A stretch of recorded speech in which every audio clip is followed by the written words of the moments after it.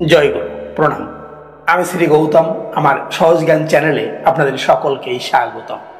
প্রিয় পরমের কাছে আপনাদের সকলের সর্বাঙ্গীন মঙ্গল কামনা করে আজকের আলোচনা পর্বটি আরম্ভ করছি।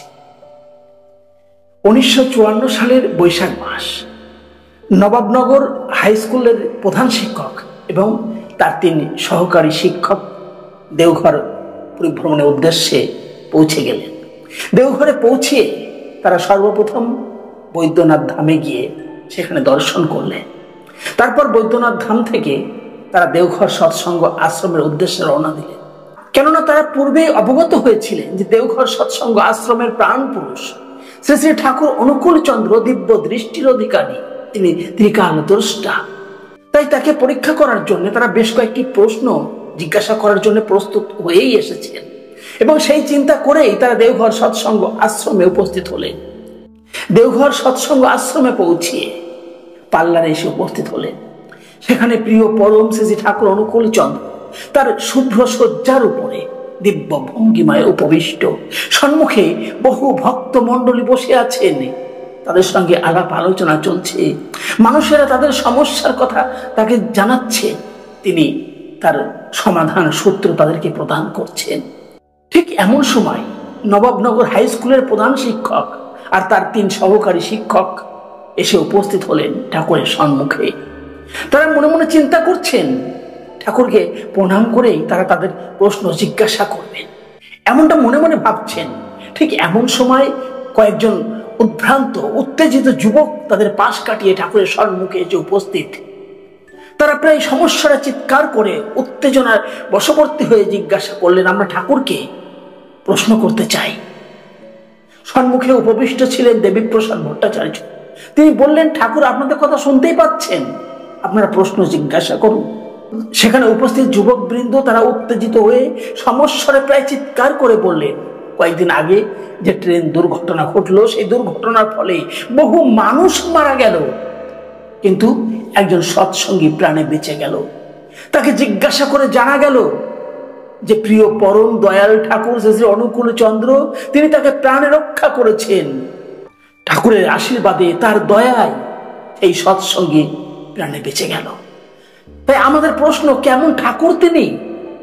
তিনি নাকি বিশ্বপিতা, যে তার সৎনামে দীক্ষা নেবে, যিনি তার সৎসঙ্গী, কেবল তাকেই রক্ষা করবেন, তাকেই উদ্ধার করবেন, তাকেই প্রাণে বাঁচাবেন, আর বাকি কেউ তার সন্তান নন, তাদেরকে প্রাণে বাঁচাবেন না তিনি। এ কেমন পরম পিতা, এ কেমন বিশ্বপিতা? একথা শুনে শ্রী ঠাকুর অনুকূল চন্দ্র তার সন্নিকটে বসে থাকা দেবীপ্রসাদ ভট্টাচার্যকে বললেন ভাব গম্ভীর, এই দেবী, তুই এর উত্তর দে না। একথা শুনে দেবীপ্রসাদ ভট্টাচার্য উঠে দাঁড়িয়ে ঠাকুরকে প্রণাম করে সেই যুবকদের উদ্দেশ্যে বললেন যে, আপনারা রেডিও শোনেন দাদা? রেডিওতে কলকাতা সেন্টারের সংবাদ কখন হয়? সন্ধ্যে 7:30টার সময়। কিন্তু আপনারা যদি সেই সন্ধ্যে 7:30টার সময় বিবিধ ভারতী সেন্টারে ধরিয়ে থাকেন, তাহলে কি আপনারা কলকাতা কেন্দ্রের খবর শুনতে পাবেন? ঠিক তেমন ট্রেন দুর্ঘটনা পূর্ব মুহূর্তে শ্রী ঠাকুর সকলের উদ্দেশ্যে বার্তা দিয়েছিলেন, সকলকে তিনি সাবধান করে দিয়েছিলেন। কিন্তু যারা বিবিধ ভারতী সেন্টার ধরিয়েছিলেন তারা ঠাকুরের কথা শুনতে পায়নি।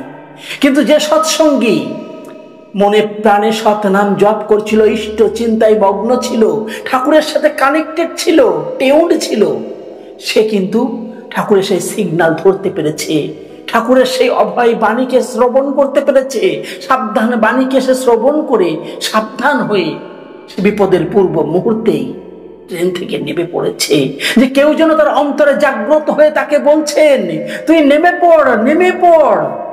সে কথা শোনার সঙ্গে সঙ্গে নিজের অজান্তেই সে লাফিয়ে ট্রেন থেকে নেমে পড়ে। আর কয়েক মুহূর্ত বাদেই দেখতে দেখতেই ব্রিজ ভেঙে ট্রেনটি নদীবক্ষে খাঞ্চুর হয়ে গেল।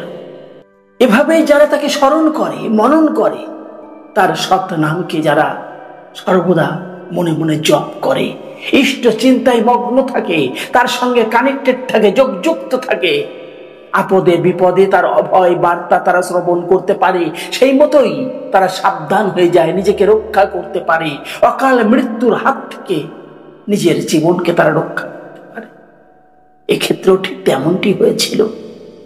দেবীপ্রসাদ ভট্টাচার্যের মুখে এমন ছোট্ট কিন্তু প্রয়োজনীয় উপাদেয় যাজন শুনে সেই উত্তেজিত যুবকেরা শান্ত হয়, স্থির হয়।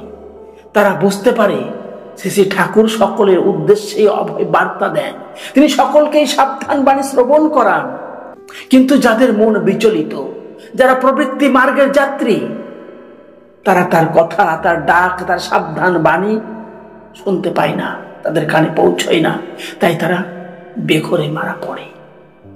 এমন কথা শ্রবণ করে সেই উত্তেজিত যুবকেরা, যারা ঠাকুরকে প্রশ্ন জিজ্ঞাসা করতে এসেছিল, তারা ভাবগদগদ হয়ে ঠাকুরের কাছে প্রণাম করে প্রার্থনা করলেন, ঠাকুর, আমরা সতনামে দীক্ষা নিতে চাই, আমাদেরকে আশীর্বাদ করুন। সেই উত্তেজিত যুবকদের, মারমুখী যুবকদের এহেন ভাবের পরিবর্তন দেখে সেই চারজন শিক্ষক, যারা ঠাকুরকে কঠিন প্রশ্ন করে বিব্রত করতে চেয়েছিল, তারা তাদের সব প্রশ্ন ভুলে গেল। অনেক চেষ্টা করেও তাদের মনে পড়লো না তারা কি প্রশ্ন করতে এসেছিল। কিন্তু তারা শিক্ষক, কত কথা তারা মনে রাখে, কত বইয়ের সব শব্দ তারা মনে রাখে, কিন্তু সামান্য কয়েকটি প্রশ্ন আর তাদের কিছুতেই মাথায় এলো না।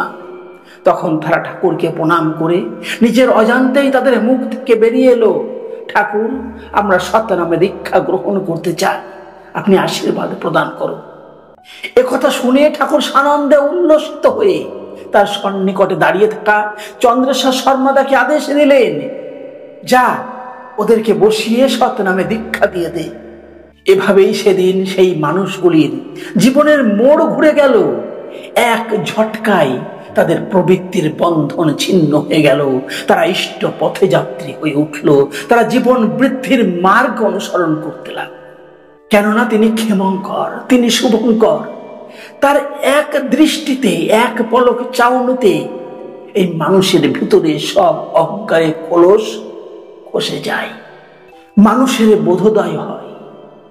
আর এক্ষেত্রেও ঠিক তাই হলো। তাই তো প্রিয় পরম তার এক দিব্য সুন্দর বাণীতে বলেছেন, যে আচরণ, বাক্য, কর্ম বাঁচা বাড়ার উৎস হয়, তাকেই জানিস ধর্ম বলে, নইলে ধর্ম কিছুই নয়। একথা বলেই আর একবার প্রিয় পরমের কাছে আপনাদের সকলের সর্বাঙ্গীন মঙ্গল কামনা করে আজকের মতো আলোচনা পর্বটি এখানেই সমাপ্ত করছি। সকলে ভালো থাকুন, সুস্থ থাকুন, আনন্দে থাকুন, আর চ্যানেলটিকে সাবস্ক্রাইব করে সঙ্গে থাকুন।